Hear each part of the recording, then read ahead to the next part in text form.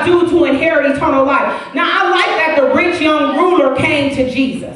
He came straight to the source, didn't he?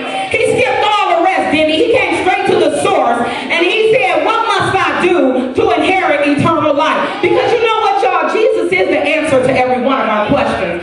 We try to find it out from one another, and we try to find out, different things through reading, and some people even go online and print out thick pamphlets of information. But I'm going to tell you something. Jesus is the answer to all of our questions. He is the source. He is the source. So it says here that he came to Jesus and he said, good master. Now Jesus, knowing all man's heart, he said unto him, he said, why callest me good? Is there none good but one, that is God? But if thou wilt enter into life, keep the commandments. Now listen, there's a reason why Jesus spoke to this man in this manner. There's a reason why Jesus spoke to this man in this manner. Because Jesus knew what this man was depending on. He knew that this man was depending on his resources more than the source. So he came to him and he called him good because this man thought he was doing everything good. But Jesus wanted this man to know, even if you're doing everything good, it doesn't make you good. So he used himself as an example when he called Jesus good. And Jesus said, why are you calling me good? Because surely he was calling Jesus good for all the good things that Jesus had done on earth. And he said, there is none good, not even me, but the Father. He said, there's none good but the Father. Because all of our good works cannot get us into heaven. Okay? So then he said unto him, you must keep the commandments. Now we would think he's getting ready to revert right back to the works. We would think he's getting ready to go right back to being good. Even though I want you to know it's very important that we keep God's commandments. Because you know what? Because faith without works is dead. We cannot say we have faith and don't keep God's commandments, his ordinances. So then it says here, he said, if you want to enter into life, he said, keep the commandments. He said unto him, which ones? And so the rich young ruler is going somewhere, but he don't know Jesus is one step ahead of him. He doesn't know Jesus is one step ahead of him. So he said, which one? He said, thou shalt do no murder, thou shalt not commit adultery, don't steal, don't bear false witness, honor your father and your mother, and love your neighbor as yourself. The young man said unto him, all these things have I kept from my youth up. Now what am I lacking? I've been keeping your commandments. Now what am I lacking? Because he wants Jesus to know. I think he thought he was being impressive to Jesus. I'm good. I'm all good, Jesus, because I done kept every one of your commandments.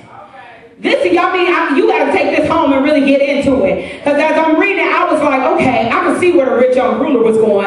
We really think we somebody when we doing everything, when we can check off. I'm a to-do list person. And when I can check off everything on my to-do list, mother, I feel like I done did something. And sometimes we as people feel like that because we can check off perfect attendance or because we can check off this or that or the other or tithe parent or whatever. We feel like we done did something. So we all good. We are good. So it says here, honor thy father and thy mother, and love your neighbor as thyself. The young man said unto him, all these things I have kept from my youth up. What am I lacking? Jesus said unto him, if you will be perfect. Now I want you to understand this word perfect means mature. It don't mean perfect. Perfect means mature. Okay, whenever you see perfect in the Bible, you might want to try to look at it from that perspective. Unless it depends on what you're reading, then you're going to have to know the context. But here, the Bible is not talking about if you want to be perfect and you know, like a perfect like Jesus. It's talking about if you want to be mature in Christ, or if you want to be mature. He says here, or entire and whole. If you want to be entire and whole, they also use it in that respect as well. He said, if thou will be perfect, entire and whole, or mature. He says, go and sell what you have and give to the poor. Thou shalt have treasure in heaven, and come and follow me. Now listen, why did Jesus address his possessions? Jesus addressed his possessions because he knew that even though the rich young ruler was doing everything, all the other commandments that he named, because you know how we do. We probably, some people will name stuff they ain't doing. But normally if we're not doing something, we don't name it.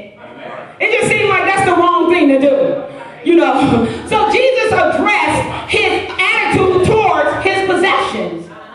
His attitudes towards his possessions were nothing but a what? A resource.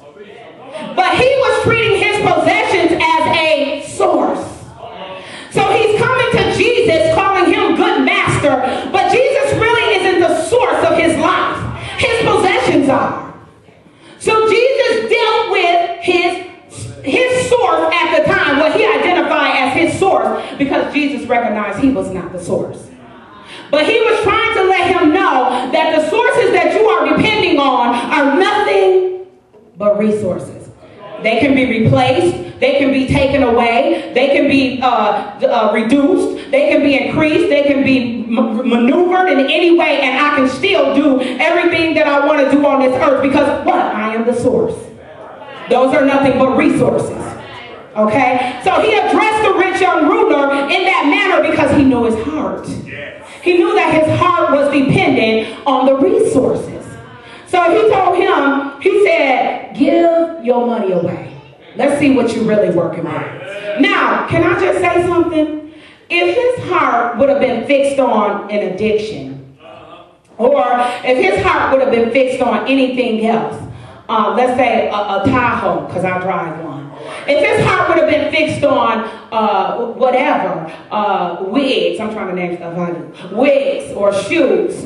If his heart would have been fixed on any of the cheeseburgers or whatever it would have been fixed on, I believe God would have addressed that issue just like he addressed the possessions. I believe God went directly into that man's heart and dealt with his problem. His problem. And so he said, sell everything you have. Let's get to the heart of the matter. Let's see who you really trusting in. Let's see what your source really, who your source really is. So the rich young ruler said to him, and then he even told him the benefit of selling everything, all the resources that he had. He said, if you sell all your resources, you shall have treasure in heaven. Why? Because he knew that that man was trusting on the stuff that he had in this earth and not trusting on God. You know what? Sometimes, and it just never works for me. People get up and they say they weren't nervous about whatever it is they're doing because they might be very good at it. That don't work for me. I don't care how good I might think I am at it. I'm not trusting in that goodness in that thing, especially because I'm trying to do it God's way. So I'm always shaking and I'm always nervous and I'm always going through all these things in my mind and in my head because I'm not trusting in that God. I want to trust in you. Because even though I know I can sing, I still might hit the wrong note. Or I get hoarse. I got hoarse when we were up here doing the praise and worship. And then when I get hoarse, then I have to lean on my source to get me through. And so he is the one that lets me. You know what? A lot of times when I sit down after preaching, when I sit down, my feet start hurting. Now, I know my feet were hurting when I was up here, Mother, but my source gave me what I needed to be able to stand before you and keep going. So it's not till I sit down that it really starts bothering me because I have to trust on my source. My source is Jesus Christ. My source is God. So he told him to sell everything he had. Now, this is like us today. I want to pull this in and make this point. God has asked us to give up some things. He said, give this up. And, it's either me or this thing. Because this thing is your source right now. Whether it's us, whether it's whatever boyfriend we hold on to. Maybe it's a lifestyle. Somebody told me, I'm too young to be saved. I said, really? You ain't too young to die? And bust hell wide open. Just so you know. But God has asked us to give up some things. But we don't want to give up them things. Why? I'm young. Or maybe I'm not young, I'm old. I lived that same life for a little while. I got things to do before I leave this earth.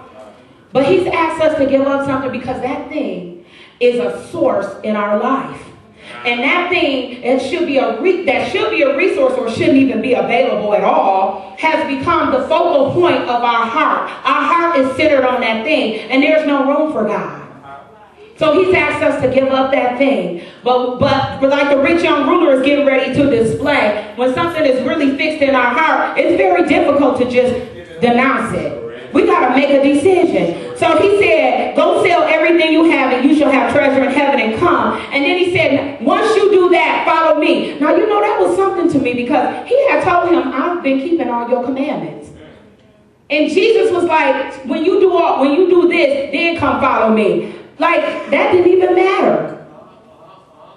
What you've been doing don't even matter. Know why? I haven't been the source